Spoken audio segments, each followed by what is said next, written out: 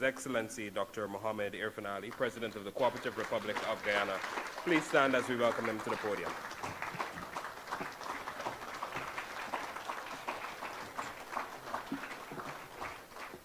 Thank you very kindly. Thank you so much.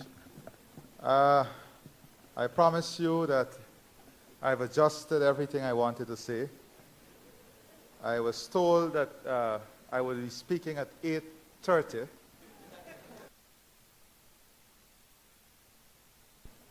With the executive of the Guyana Manufacturing and Services Association, that the only time I'll speak for is the difference between 8:30 to the time now, which gives me only 114 minutes. So I've really compromised a lot with the executive. But really, as High Commissioner Jane said, tonight is about celebrating and celebration. Sometimes we become too pessimistic about who we are. And we need a good kick you know where from those who look from the outside to understand where we are. And I think tonight, our friends and our partners from outside of Guyana did an exceptional job at allowing us to understand where we are today as a country and to appreciate it. And I've seen these guys at work. I don't see them as high commissioners and ambassadors and CEOs. I see them as partners, as part of a collective whole trying to do the best we can do for the citizens of our countries. I've seen the CEO of GT&T in London speaking about Guyana and becoming so emotional that he teared up. Not in an ordinary place, but in the House of Commons, because of how emotionally connected he felt with the development of this country. And that is a good thing about humility. Humility allows us to feel connected to what happens around us. And when we become connected to what happens around us, we'll be better able to appreciate and celebrate what the results are. So give yourself a round of applause for celebrating. Whether it's the legends of the Biharis or the DDLs and the Banks DIH, they know what sacrifice and what hard work resulted in. And I'm sure when they reflect on their own businesses, they are emotionally connected with the failures and the successes. And if as citizens we become emotionally connected with our country, you would see a complete difference in our individual and collective attitude towards its development. Having said that, I've seen the proactive, extremely proactive work of Rafiq, the executive, and the members of the Guyana Manufacturing and Services Association. Every time I called upon them to join a delegation and be part of Marketing Guyana, they were there. Notwithstanding the fact that they will send me the bill after. But they are there. And I want to publicly acknowledge the effort that you guys put in advancing the cause of Guyana.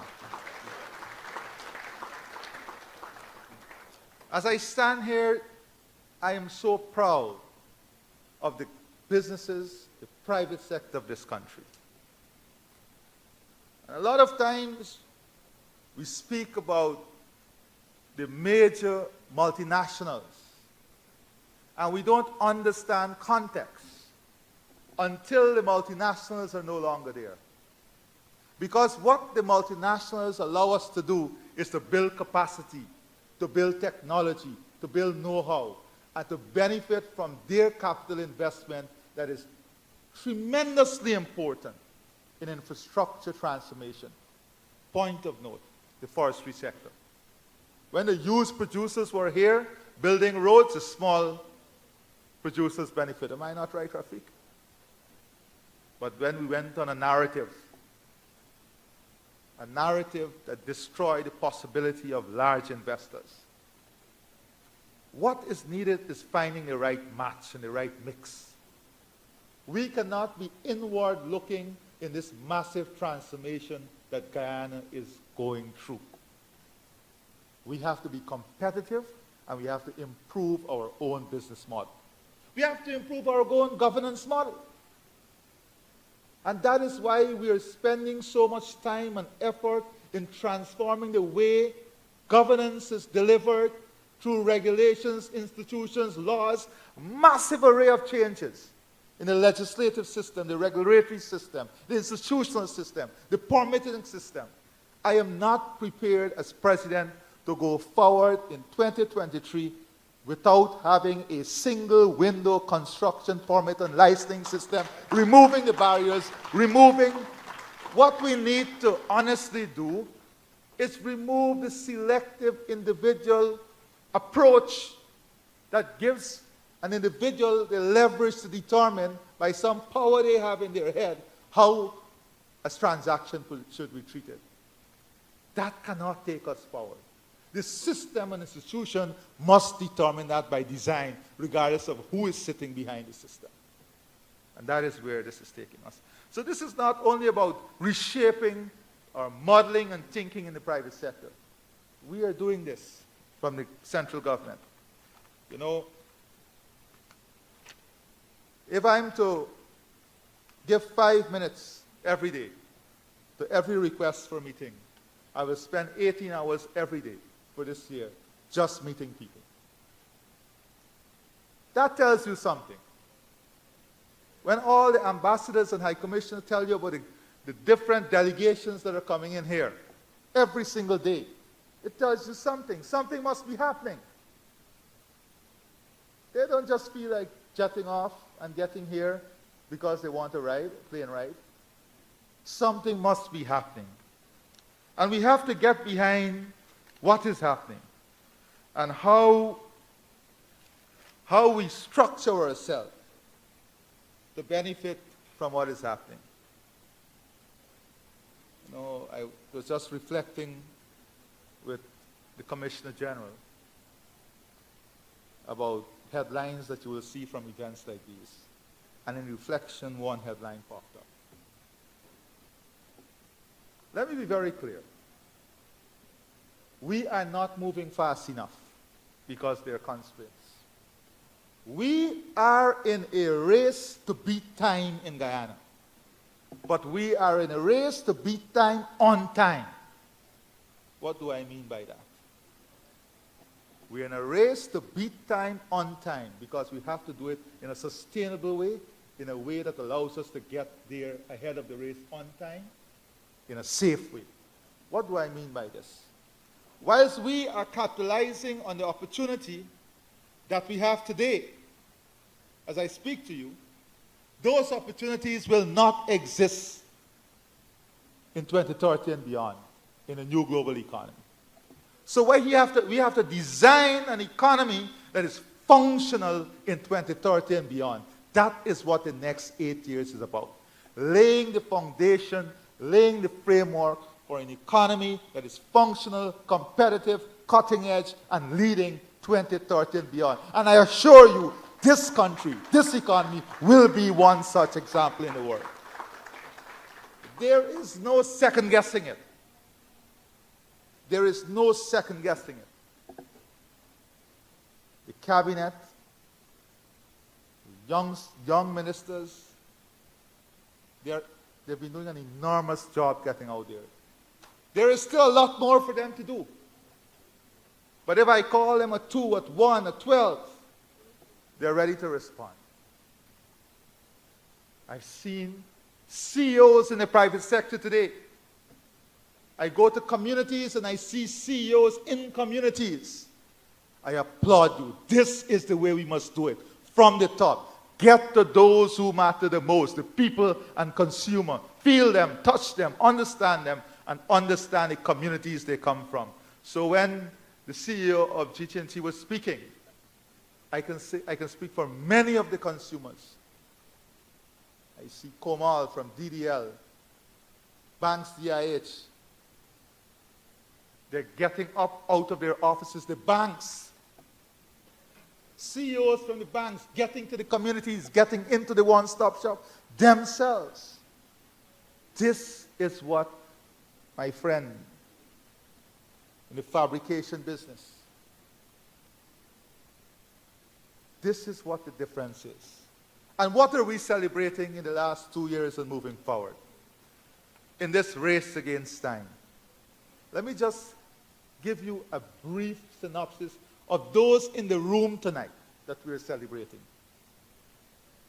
Banks DIH, $8 billion of investment in the last 2 years and plan in the next years coming ahead. $8 billion, Banks DIH. Sterling as a group, $30 million in expansion. These are the people in this room. DDL, $50 million plan expansion, including diversification of product. GT&T, $60 million investment in 2 years, and going on to $100 million targeted investment by 2025, all because of liberalization, all because of something that has given them that added push of competitiveness and reaching people, all in the last 2 years. Digicel is not in the room, and E-Networks, so I'll not call their numbers, but their numbers are matching what I'm calling also. Geico, $25 million. Barama, from a position of going out of business. When we came into office, the CEO of Barama came into my office with tears in his eyes. Not crybaby. Out of concern for the people who were mostly women. Over 200 women working with him were going home. We moved from a position of that to an investment of more than $5 million, increase in production by 46%.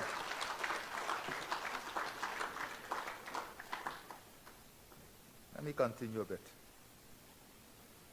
about investment. The Guyana Forestry Commission, they have just advised me that their investment in the last 2 years is $612 billion. And their planned investment going on to 2025, 2027 is $615 billion. This is what is going on in this country. Gives me $270 million investment. NRG, $300 million in investment. Japarts, $4 million in the last 2 years and $7 million planned investment going forward. KSM, $6 million of investment. This is the type of investment taking place by investors, local investors, right here in this room. Let us applaud them for what they're doing.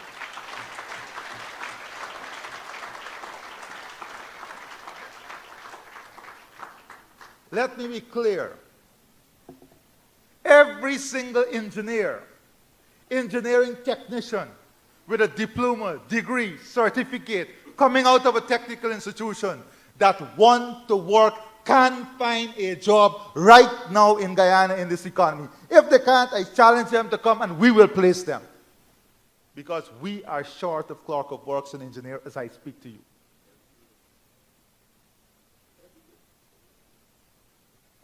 The Commissioner General is right in every area, but I'm challenging you.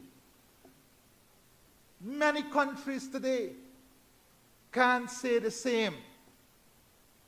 This is not the time for moping. This is the time to lift your heads up and move forward with humility and an understanding that the future is ours if we do it the right way. That is what it's about. But this does not happen by accident. You know, we can call on the government to do many things. And I'm happy because you have a government that is responsive, that is ready to work with you and respond to you every single day of the year. The Commissioner General and GRA has assured me that by the end of this year, they will process every single VAT refund that will total $2.6 billion that will be pushed back in the economy. Sorry, 9 billion. The tax refund by GRA so far this year is $2.6 billion. So this investment doesn't happen by accident. Let me explain to you what the government has done in the last 2 years to cushion investment and support investment. In fiscal incentives alone, to the local manufacturers and the local private sector, we have been able to give $80 billion in the last 2 years. $80 billion through GRA in fiscal incentives. Point to another jurisdiction. In fuel, because of the removal of the taxes on fuel to support manufacturers and the local private sector, we have foregone $21 billion in revenue. These are the figures. This is the fact. This is not gaffing anymore. This is getting down to the reality. In freight, the freight relief that we offered from COVID, that relief cost us $5 billion. That is what we've been doing to support. $5 billion. Support the mining. When we remove all the taxes that was placed on mining and so on, we've foregone another $12 billion of revenue. This is a reality. This is what the government is doing. But we can only do so because we have an expanded revenue base. Oil and gas contributing more to revenue so that other sectors can benefit from more incentives that will make them more competitive. That is how the real world works. Not by fanciful headlines that sometimes lack any understanding of the theoretical or technical basis on which things work.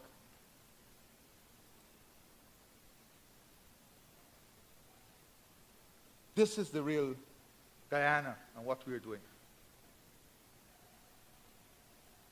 Guyana Marketing Corporation.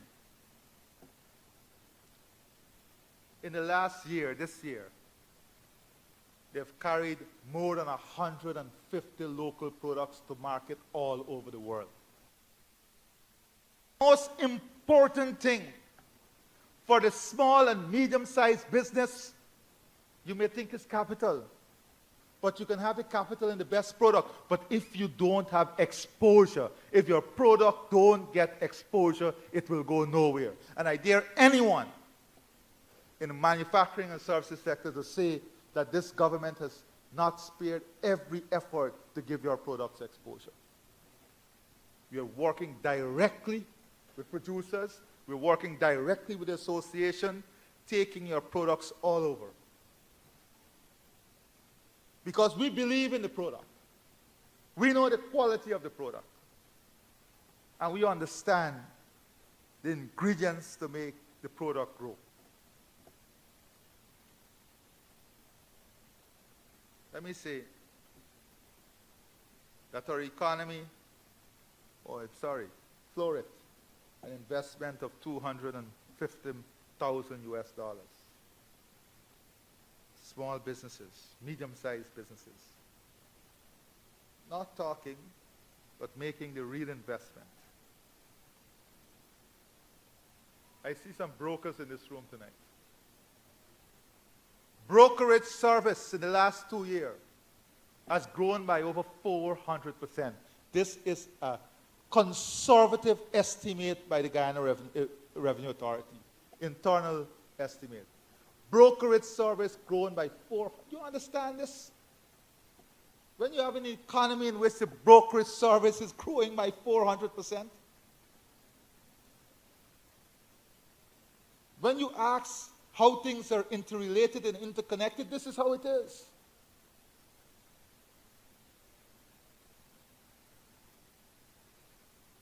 This is how it is. As I speak to you now, many new hospitals, private and public hospitals, are under construction. The government investing in 4 new call centers. New bridges and roads to open up lands. We can't expand production if we don't have the access to the land. We can't expand agricultural yield if we don't invest in research and development and drainage and irrigation. That is where your government is investing, to give the opportunities that will come.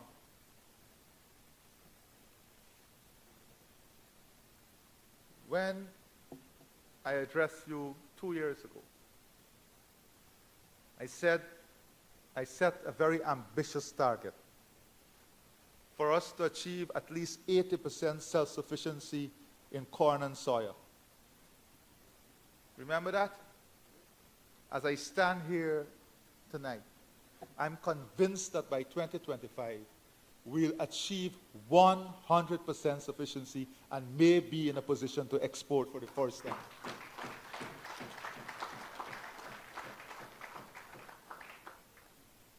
As I stand here to you tonight, we will have one of the most scientifically advanced production systems in this region, utilizing every single technology you can think about. Every single technology that will have mixed farming right in Monrepo. When we launched the Fresh Flowers project for single mothers, there were a lot of skeptics.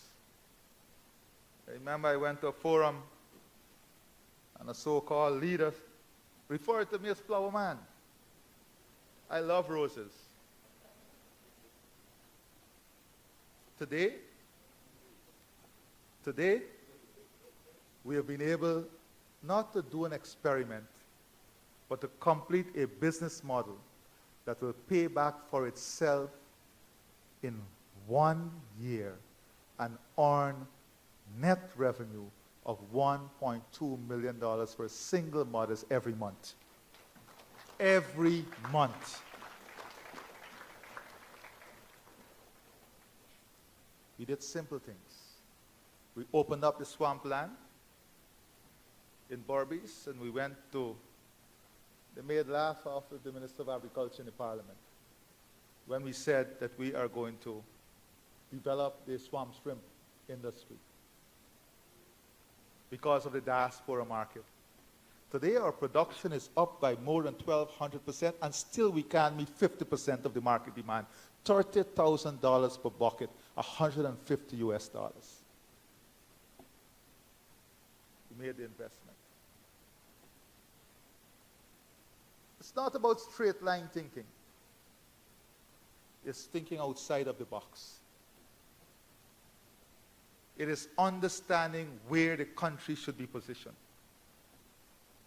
I'll spend some time on that in a few moments. The tourism and hospitality sector. I spoke about how important that is for the services sector. Went out to get the CPL finals. It brought record-breaking arrival rates in September and has put us on a trajectory that is mind-blowing. Ask every single restaurant, bar, cake shop. what was the impact of CPL? Some, instead of lauding the effort, what they did? Criticize. Oh, how much money the government will spend on that? The pass-down effect. But I have news for them. Thank you to the corporate sponsors, Exxon leading the way.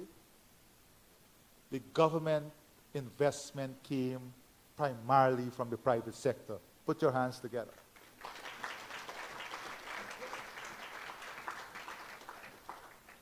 You cannot build tourism without building product.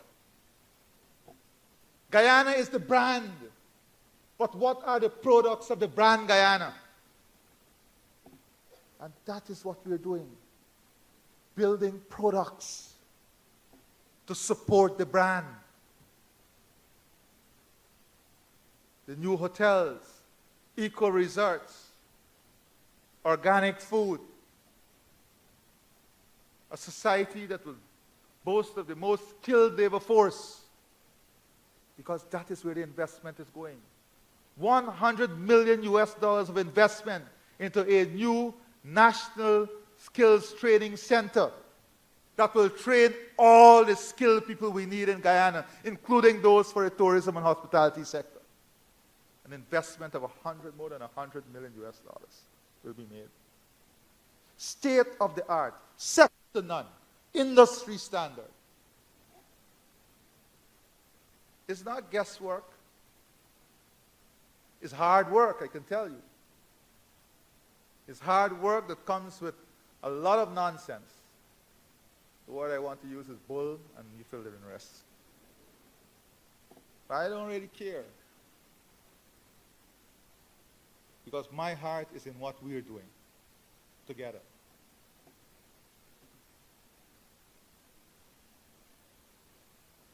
Making a difference requires a level of sternness and a level of belief that is second to none. I assure you of a country every single Guyanese will be proud of. I assure you of a country that will deliver prosperity. Not built on dreams, inspired by dreams, but built with hard work, dedication, sacrifice, commitment, selflessness. Forget about the few who sees everything in a negative way. Because trust me, those who they believe they inspire are coming. Because the message is clear, straightforward, frank, and honest. There is no double messaging. I have no interest in double messaging. You know, we make a lot of noise about oil and gas and hydrocarbon. We're in a race against time. We are blessed with this natural resource, hydrocarbon. We have to get it in the time that is allocated to getting it to transform the economy and build the other sectors competitively. Full stop. I'm not going to sugarcoat everything to you. But whilst we are doing that, we are remaining ahead of net zero. Why they do not say that when they talk about our hydrocarbon economy? Why they don't speak about the 19.5 gigatons of carbon that the forests store here? Wake up, Guyana. It's not a one-way message. Look at the headlines. Our oil is far cleaner than one that sanctions was removed from. Far cleaner. Yet, we had a lone block. We had a lone block that would have allowed a democratic society to benefit from an investment that would produce cleaner fuel than what sanction would produce. Removal of sanction would produce.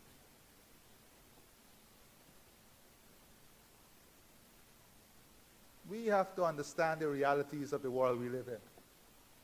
And don't believe we are running only with hydrocarbon. We understand the reality of that too.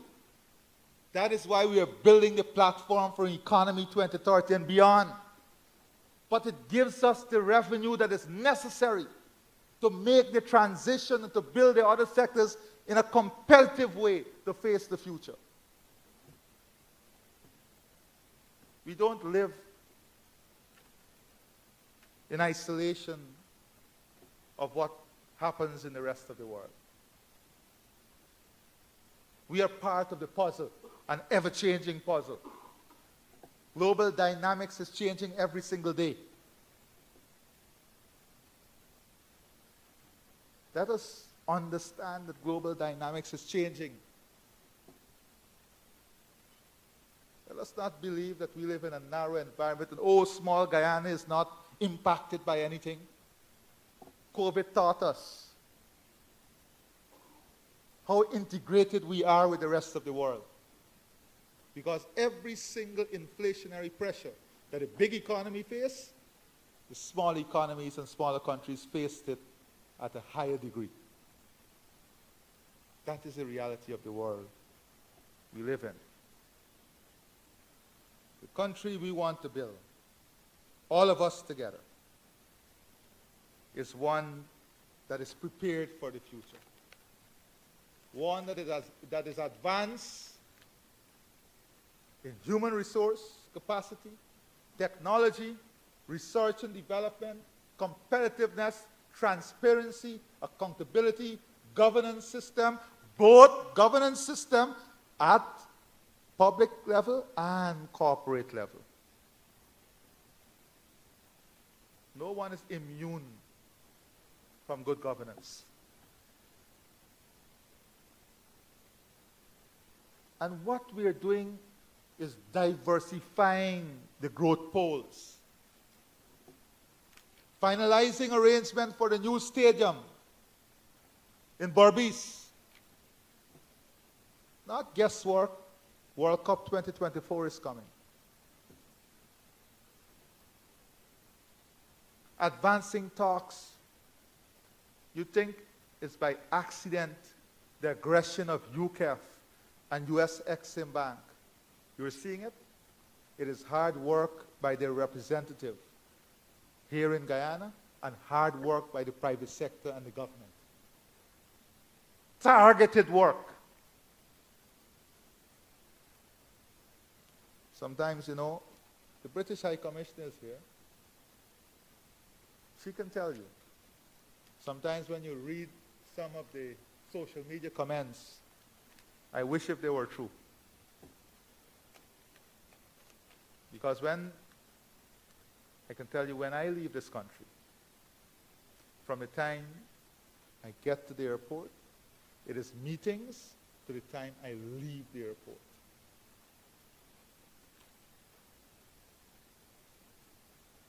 It's not easy to jump on a commercial plane and travel 16 hours to go for a one-day meeting, meet 11 different corporations and dignitaries and travel back the next day and come back home and go back to work and get into a community. But you read social media, you'll think it's very easy.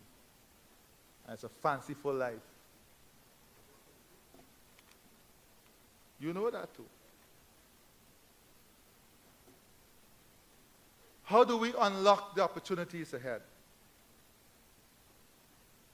We cannot unlock the potential ahead if some major projects are not completed.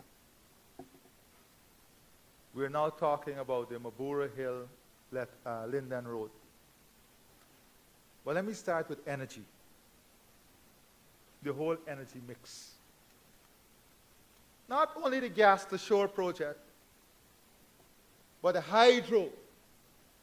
We must complete it. Wind, solar, off-grid system to support hinterland communities. Because we are moving into telemedicine. We are moving into an online system to deliver education. It is not a hope anymore. The decision, the policy is to move in that direction.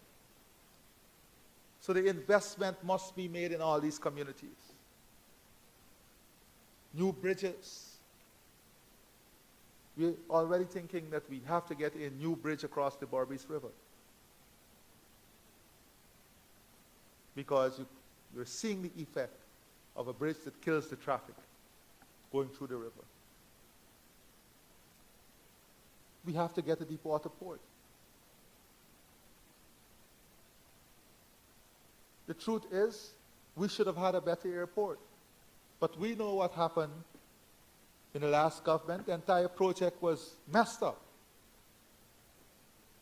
As I speak to you tonight, we are already contemplating a Terminal 2 because you have to get it. Those of you who travel and come in understand what I'm talking about. We have to do it to boost what we're doing here. At the end of this year, we'll be getting past our pre-pandemic arrivals, record-breaking. By 2025, with the projections, we'll be creeping past 1 million arrivals. Imagine, just imagine. British Airways coming first quarter next year. Advanced discussions going on with many other airlines.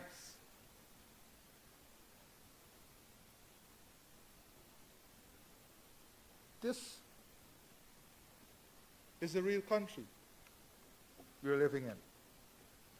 Before the end of this year, in preparation for Guyana's economy 2030 and beyond, I've instructed the Attorney General to lay in Parliament legislation for data centers. Important for data centers to be established in Guyana. The legislative framework will be laid in Parliament before the end of this year. Very important for the expansion all the guys are doing. All the added fiber optic cable.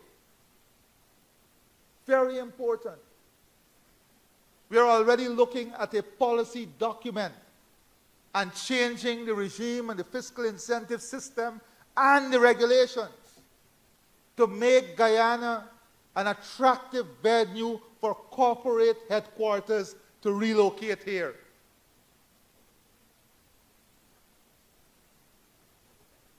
Yes, including dealing with issues of double taxing. That is what we're doing, laying the basis and doing the heavy lifting. The next 8 years is not about seeing the results. The next 8 years is the heavy lifting. In local terms, we call it lifting, you know what. Some of the guys know, Anna, you know. That is what it is. Our foreign friends will not understand it. But it's heavy lifting. That is what the next year is about, 8 years is about. You see, transformation and vision goes hand in hand. When we light up Main Street, it is not about putting lights on Main Street and making it beautiful for Christmas.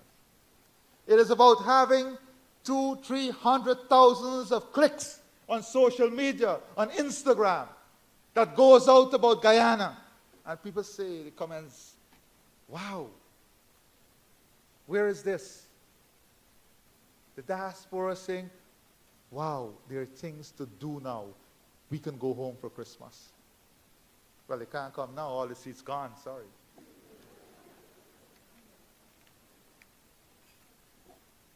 The reality is, everything is connected. Our behavior, the way we treat each other, the way we treat our environment is all connected to the story of development.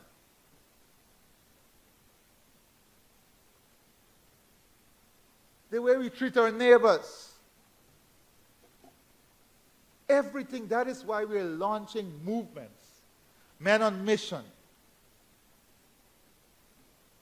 the Youth Advisory Council, because every part of the wheel needs to work effectively and efficiently. So, the future begins now, not tomorrow. Let us, in this race against time, understand our roles and responsibility and define our plan of action to champion what we want to achieve.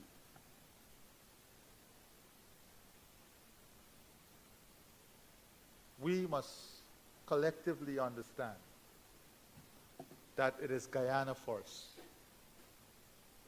It is our country first. Now, I wish if everybody support the political party I am from in the elections, but I'm not here to tell you to do that, or I don't go to any community and ask them or tell them that this is why I'm here for. Because I believe in the good book. And I believe that people in their good conscience will judge you by your works. And if you don't judge someone by their work, then you will answer to God, because your conscience will be bothering you. I'm very clear about it, you know. Let us not have double standard in this place. Whether you're from the religious community, the social community, the how much? 50 million increase in alcohol sale. That tells you it's either they love the rum or a lot of alcohol going around the place now. But we have great products. We have great products. And my greatest joy is when I hold a Guyanese product in my hand and I get to tell leaders and tell people about it. Even if I don't use the product, you'll believe that I'm an active user of it. But I know that this product has defined a space for themselves. As I speak to you now, you know what is our greatest problem? Capacity. Rafi can tell you.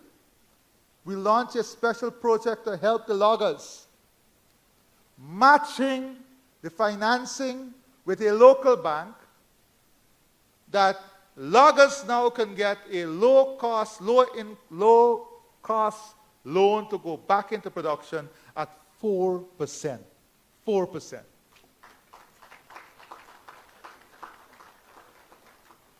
It's not guesswork. It's working. It's partnership. It's collaboration.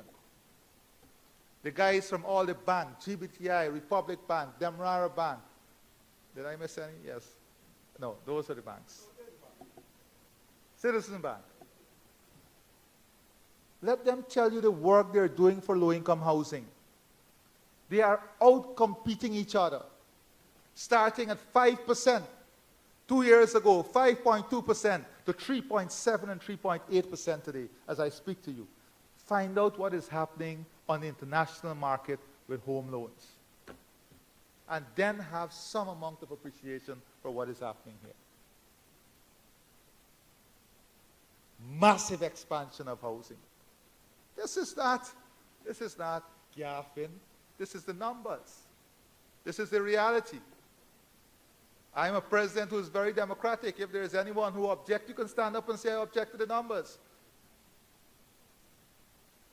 But this is the reality.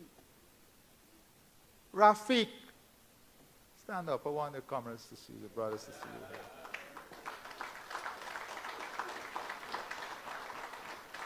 Side by side, where's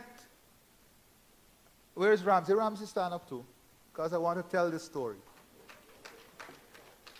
This is no guest story. This is real work.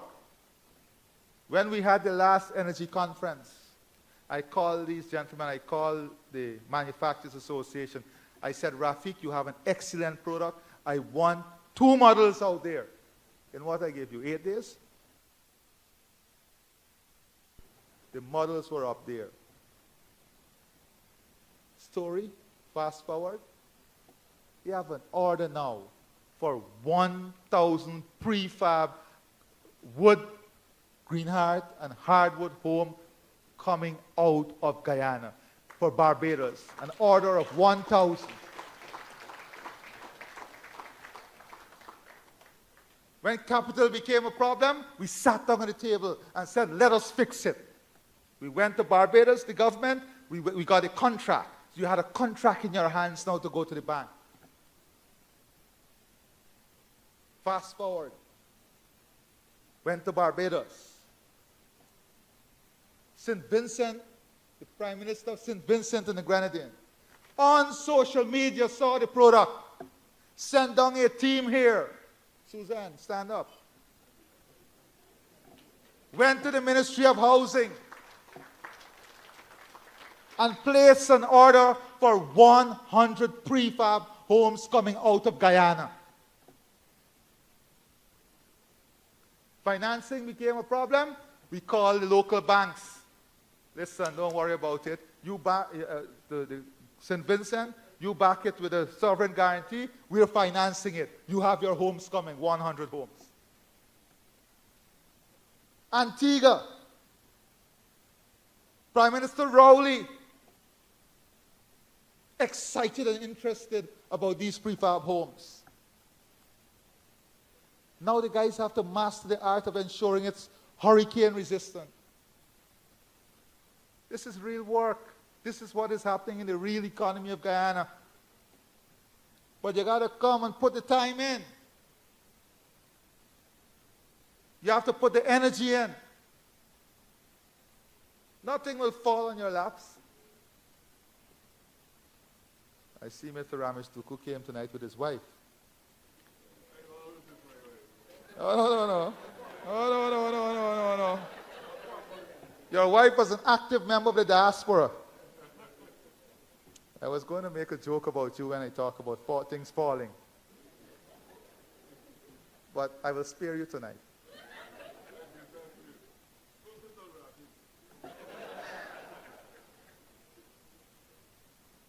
There is something else about the room tonight.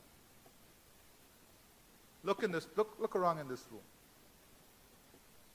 Save an oh, happy birthday, Jerry. Please put your hands together for Jerry. And also put your hands together for the Commissioner General who celebrated his birthday a few days ago. He is still red from the drinks he had from his birthday. Look around this room. What do you see? Don't take these things for granted. Look at the percentage of women in this room. Look at the percentage of young people in this room.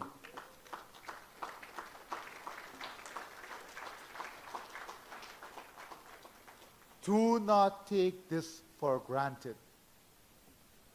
This gives me inspiration that the women and the young are in the race of time.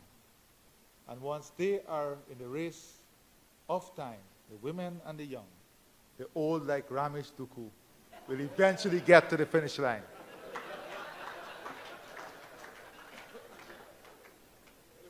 Because these guys like Ramesh, I don't want to say Komal Samaru, you know, but these guys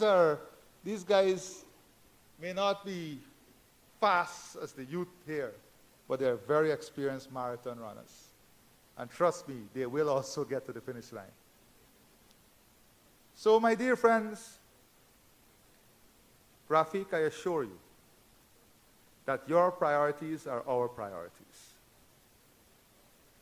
The challenges that you have, we have. Because we share the common vision. That is to get the best for our local private sector. But we do so in a global environment and a regional environment. We have to champion what Komal is talking about also. And you can rely on us as a strong partner. I already told Mr. Stacia to talk to you and to see how we can apply our own system in securing our industry. Because it is critical. We are not here in a war against each other. There are some who may want you to believe that. We are here in one single war. And that war is not fought with guns or hate and anger. It is fought with love, humility, and commitment to your country. That is all. You know, a few days ago, I sat down with the Football Federation. And I said to them, I'm going to invest my time and energy in football. But you guys have to at least share my vision and at least give me something that I can say to the Guyanese people, we are going to work with every ounce of energy we have to make it to World Cup 2026.